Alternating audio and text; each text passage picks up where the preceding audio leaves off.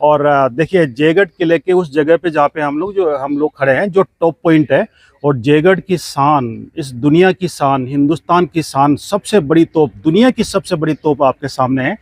इससे बड़ी 50 टन वजन है इसका। एक टन में 1000 किलो होता है। 50,000 किलो वेट है।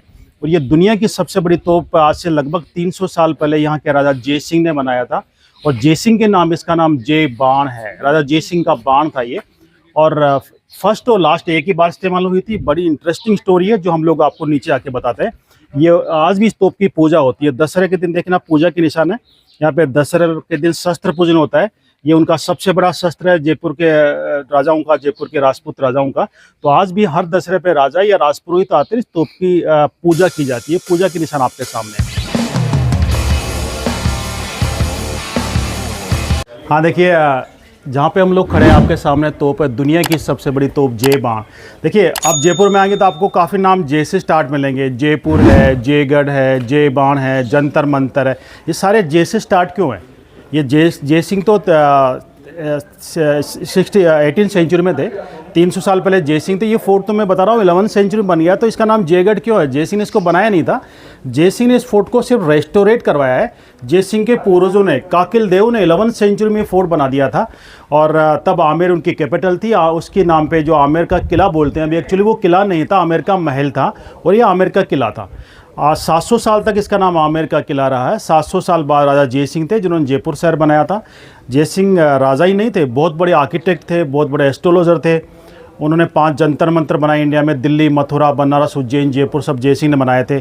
और बहुत बड़े आर्किटेक्ट भी थे। इंडिया का पहला शहर है जयपुर जो प्लान से बनाया गया, फर्स्ट प्लान सिटी है। उसके आर्किटेक्ट खुद राजा जय सिंह थे। उससे पहले आमेर कैपिटल थी। फिर राजा जय सिंह ने पूरा शहर अपने खुद की मनी से, खुद के पैसे से बनाया और अपनी पब्लिक को फ्री ऑफ कॉस्ट जयपुर में शिफ्ट किया था। सेकंड प्लान सिटी इंडिया की चंडीगढ़ है, लेकिन उसको बनाने वाले फ्रांस से आए थे, फ्रांस के आर्टिस्ट थे। और जयपुर जो फर्स्ट प्लान सिटी है उसको बनाने वाला इंडियन खुद राजा जय सिंह थे। कहते हैं ना इंडिया में सब कुछ था, लेकिन हम लोग पाश्चात्य संस्कृति को देख रहे हैं जिसको अपना का पता नहीं है। कहते हैं ना जो भरा नहीं है भावों से बहती जिसमें रसधार नहीं, वो हृदय नहीं वो पत्थर है जिसे अपने देश से प्यार नहीं। हिंदुस्तान के अंदर क्या नहीं था? विश्व गुरु था हिंदुस्तान के अंदर। ये आयुर्वेदिक में विश्व गुरु था, ये खगोल शास्त्र में विश्व गुरु था। ये दुनिया की सबसे बड़ी तोप, वर्ल्ड की सबसे बड़ी तोप इंडिया में बनी है। सबसे बड़ी तोप आपके सामने है और राजा जय सिंह ने इसको बनाया था। और काफ़ी बड़ी तोप है, इसको लड़ाई में लेना पॉसिबल नहीं था। ये क्यों बनी, क्या जरूरत पड़ी इसको बनाने के लिए, मैं आपको सारी स्टोरी। जैसे कि बाबर सिंह जी ने बताया है कि भाई आपका ये जयपुर बड़े व्यवस्थित तरह से बना हुआ है। तो भाई इसका उदाहरण आप यहाँ की मार्केट में जो जाएंगे ना, वहाँ की जो दुकानें हैं वो जो बिल्कुल ही सिस्टमेटिक ढंग से पूरा बाजार बसाया हुआ है, उसको देख के हम समझ सकते हैं कि भाई जो राजा था यहाँ का जय सिंह जी, उनकी सोचने की शक्ति कितनी शानदार और उनके सोचने का नजरिया, उनका आत्मसम्मान और या आत्म ज्ञान कितना श्रेष्ठ था। तो उसको देख के आप भाई जयपुर आए ना जब, तो जरूर मार्केट में जरूर आए, क्योंकि वो एक प्रकार से जैसे भंवर सिंह जी ने बताया कि वो बहुत बड़े आर्किटेक्ट थे, तो उसका उदाहरण आपको वहाँ उस मार्केट में देखने को मिलेगा। हाँ देखिए, मैं कैनन के पास में खड़ा हूँ। कैनन का काफ़ी इतिहास है, स्टोरी है। लेकिन सर ने जब पूछा जयपुर के बारे में, जब बता रहे हैं कि साहब वहाँ पे मार्केट अच्छा है, पूरा व्यवस्थित तरीके से जयपुर बना, इसलिए मेरे को कुछ बोलने के लिए यहाँ पे इच्छा हो रही है, मजबूर हो रहा हूँ। या आपको थोड़ा बताना चाहता हूँ, जय सिंह, मैंने बताया जय सिंह के राजा ही नहीं थे, बहुत बड़े आर्किटेक्ट थे, बहुत बड़े एस्ट्रोलॉजर थे। और आपने थोड़ा बहुत अगर एस्ट्रोलॉजी का थोड़ा बहुत हल्का सा अगर ज्ञान हो तो एस्ट्रोलॉजी में कहते हैं कि 9 जो 9 का आंकड़ा होता है, 9 सबसे शुभ माना जाता है। 9 का नंबर शुभ मानते हैं। जैसे 11 हम लोग 21 शुभ मानते हैं, वैसे एस्ट्रोलॉजी में ज्योतिष के अंदर 9 का आंकड़ा शुभ मानते हैं। तो राजा जय सिंह ने जब जयपुर शहर सेटअप किया था तो फर्स्ट प्लान सिटी तो है ही है, लेकिन अकॉर्डिंग वो एस्ट्रोलॉजी के बनी हुई है, एस्ट्रोलॉजी के अकॉर्डिंग बना है वो। तो जयपुर को बनाने से पहले 9 का विशेष ध्यान रखा उन्होंने, 9 अंक का। क्योंकि जयपुर जब सेटअप किया था तो उन्होंने सबसे पहले डेट चूज़ की। जयपुर सेटअप किया था 18 नवंबर 1727 को। 18 अगर आप 18 को कैलकुलेट करेंगे, 1 + 8 9 होता है। 18 नवंबर 1727 में 2 और 7 को आप कैलकुलेट करेंगे तो वो भी 9 होता है। और जयपुर जो है वो 9 किलोमीटर रेडियस में है, उसकी जो वॉल है चारों तरफ वो 9 किलोमीटर में है। जयपुर की वॉल की जो हाइट है वो 27 फीट है। 27 में आप 2 + 7 वो भी 9 होता है और वो 9 फीट वाइड है। और जयपुर की वॉल में चारों तरफ जो गेट बना रखे हैं वो भी 9 है। और जयपुर के अंदर पिंक सिटी में अगर आप जयपुर में एंट्री करेंगे तो आप अंदर जाएंगे तो एकदम रोड एकदम स्ट्रेट मिलेगी, सीधी मिलेगी। वो रोड 90 डिग्री एंगल पे है और 90 डिग्री एंगल में भी 9 पहले आता है। और मेन रोड जो है वो 108 फीट चौड़ा है, 108 फीट, 1 + 0 + 8 वो भी 9 होता है। और किसी भी गली में आप जाएंगे तो एकदम 90 एंगल पे है, मेन रोड से कनेक्टेड है। और हर गली है वो 27 फीट वाइड है, 27 फीट चौड़ी है, यानी 2 + 7 वो भी 9 है। जयपुर के अंदर 9 क्रॉस है, यानी 9 चौराहे हैं, वो भी 9 है। और 4 चौराहों के बीच में जो स्क्वायर होता है, चौकड़ी होती है, जैसे बड़ी चौपड़ है, छोटी चौपड़ है, वो चौकड़ियाँ भी 9 है। यानी कहने का मतलब ये 9 के अकॉर्डिंग जयपुर शहर बना था। तो सब कुछ 9 के अकॉर्डिंग है। सिर्फ फर्स्ट प्लान सिटी इंडिया की नहीं है जयपुर, ये वास्तु के अकॉर्डिंग भी बनी हुई सिटी है। तो दोस्तों आप जो देख रहे हैं ये तोप है, जो पूरे वर्ल्ड की सबसे बड़ी तोप है, जिसका वजन 30 क्विंटल बताया जा रहा है। और ये देख सकते भाई इतने बड़े बड़े व्हील है इसके। और पूजा इसकी दशहरे पे पूजा की जाती है, ये दिखाया गया है इसमें। और ये इसकी पूजा की जाती है और ये इनका सबसे बड़ा एक प्रकार से हथियार जयपुर के राजा का माना जाता है। तो वीडियो कंटिन्यू करते हैं गौर जी के साथ। हाँ देखिए, मैं बता रहा था आपको, इस तोप पे वापस में घूम के आता हूँ। इतनी बड़ी तोप राजा जय सिंह को बनाने की ज़रूरत क्यों पड़ी? कहते हैं कि आवश्यकता आविष्कार की जननी होती है। यहाँ के जब यहाँ पे मुग़ल आए, बाबर, हुमायूं, अकबर, जहांगीर, शाहजहाँ और औरंगजेब, यहाँ के राजा उनके कमांडर रहे थे। अपने साथ मिला के मुग़लों ने इनको आपस में लड़वाया था ताकि हिंदुस्तान पर रूल कर सकें। लेकिन कहते हैं जब आदमी पावरफुल हो जाता है तो सत्ता के नशे में चूर हो जाता है। मुग़लों का साथ दिए इन्होंने, उनको फर्श से अर्श तक पहुंचाया था, दिल्ली के बादशाह तक उनको बनाया। लेकिन जब आदमी पावरफुल हो जाता है, सत्ता का नशा आ जाता है। तो औरंगजेब को काफ़ी सत्ता का नशा आ गया था। और औरंगजेब के आसपास जो थे वो काफ़ी कट्टर किस्म के आदमी थे। वो पूरे हिंदुस्तान को एक विशेष रिलीजन में कन्वर्ट करना चाहते थे। तो जय सिंह के ऊपर इस बात का प्रेशर किया था औरंगजेब ने कि जय सिंह तुम भी अगर इस्लाम में कन्वर्ट नहीं हो तो तुम्हारा वही हाल करूँगा जो सिखों और मराठों को किया है। क्योंकि औरंगजेब ने जजिया टैक्स लगाया था, गजवा हिंद चालू किया था, काफ़ी धार्मिक स्थल तोड़ने का अभियान चलाया था। उसके खिलाफ आवाज़ उठाई थी। नहीं, हिंदुस्तान में एक से बढ़ के वीर योद्धा थे, आज भी हैं। लेकिन जब इसके खिलाफ आवाज़ उठाई तो सत्ता के खिलाफ अगर आवाज़ उठती है तो आपको पता है उसको कैसे दबाया जाता है, कैसा कुचला जाता है। तो इसकी आवाज़ उठाई थी सिखों ने काफ़ी युद्ध किए। गुरु गोविंद सिंह जी ने काफ़ी लंबे टाइम तक संघर्ष किया मुग़लों से, लेकिन लास्ट में उनके खुद के 2 लड़कों को जिंदा पकड़ लिया था औरंगजेब ने और दीवार में जिंदा चुनवा दिया था। मराठाओं ने काफ़ी लंबा संघर्ष किया, मराठा बहुत लड़े थे, लेकिन लास्ट में मराठा सरदार शिवाजी के बड़े लड़के संभाजी को औरंगजेब ने पकड़ लिया था। और बड़ी निर्दयता से गर्म सलाखों से आगे फोड़ दी थी, पेट से उल्टा लटका के सर के नीचे आग जला के उनके पूरी चमड़ी और बाल जला दिए थे, पूरी चमड़ी निकाल दी थी जिंदे की, और उसके टुकड़े टुकड़े करके अपने पालतू कुत्तों को खिला दिया था। आप सोच सकते हो इतना जब निर्दयी आदमी जो होता है तो अगर वो किसी के खिलाफ और पावरफुल हो तो क्या कर सकता है।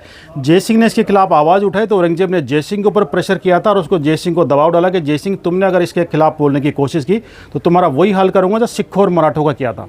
तुम्हारा सर काट के किले के दरवाजे पर लटका दूंगा, आगरा के दरवाजे पे लटका दूंगा और तुम्हारे आमिर को जला के राख कर दूंगा। जय सिंह ने उसी समय शपथ खा ली थी कि मेरे पूर्वजों ने बहुत गलत लोगों का सहयोग कर लिया, हमने सांप को दूध पिला दिया है, लेकिन सांप को दूध हम पिला सकते हैं तो उसका फन कुचलना भी हमारी जिम्मेदारी है।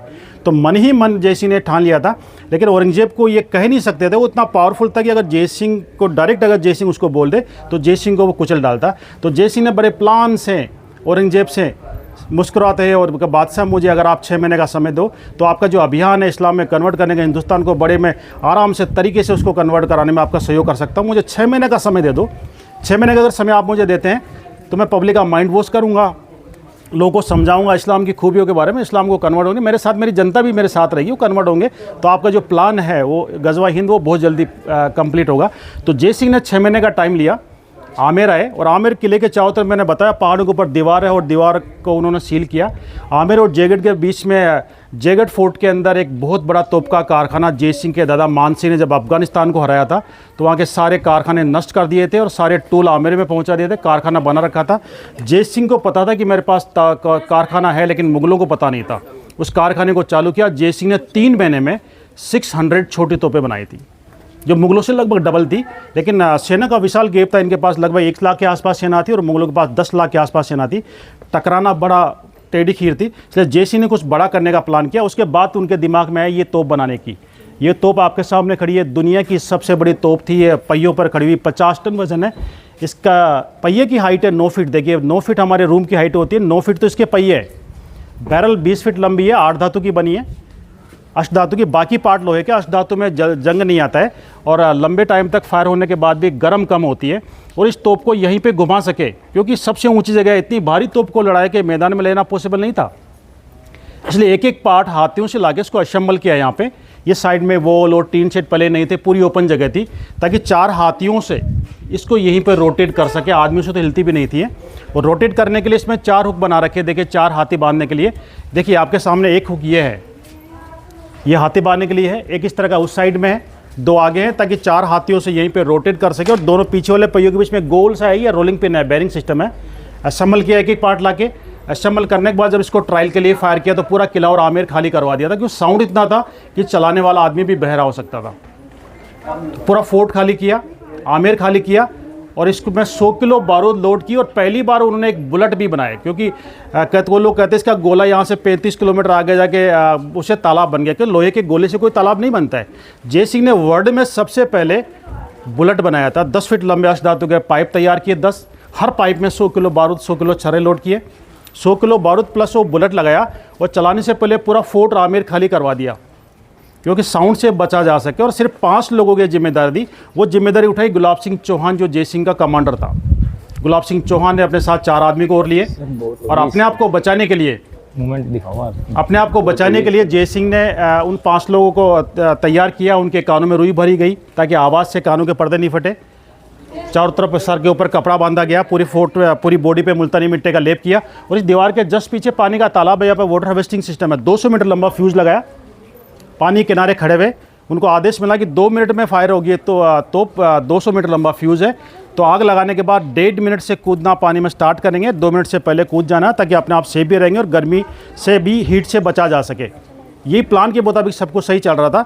फायर किया उन्होंने, एक एक करके पानी में जंप करते गए। एक में कूदे, दूसरे में कूदे, तीसरे में, 3-4 आदमी पानी में टाइमली कूद गए तो बच गए। लेकिन 5वां आदमी गुलाब सिंह चौहान, जो समय से कुछ लेट हुआ, और लेट होने में ये तो फायर हो गई थी। इतनी भयानक धमाका हुआ कि पूरे फोर्ट के अंदर जगह जगह क्रेक आ गई थी, पूरा पहाड़ तक वाइब्रेट हुआ था।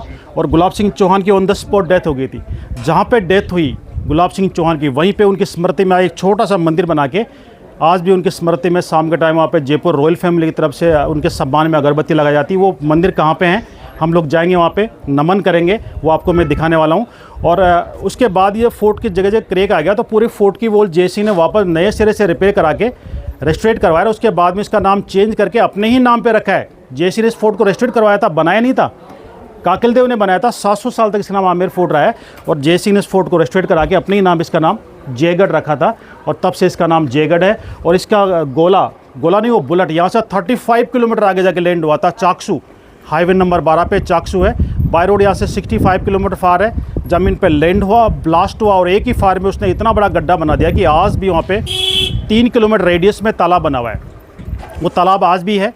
उसके बाद औरंगजेब बैकफुट पे आया था। उसके बाद औरंगजेब ने जय सिंह को फंसाने के लिए, क्योंकि आमने सामने युद्ध करने लायक जय सिंह नहीं बचा था, क्योंकि जय सिंह इतना पावरफुल था, इसलिए जय सिंह को फंसाने के लिए औरंगजेब ने चाल चली। और जय सिंह को लेटर लिखा कि जय सिंह, हम आपकी ताकत के मुरीद हैं, और हम आपको हिंदुस्तान का बड़ा हिस्सा देना चाहते हैं, आपकी पीठ थपथपाना चाहते हैं, ताकि आगरा बुला के जय सिंह से मिले और उसको अरेस्ट कर ले, बदले में सारी तोपें मांग ले। लेकिन जय सिंह भी कम चालाक नहीं था, जय सिंह बहुत तेज़ आदमी था।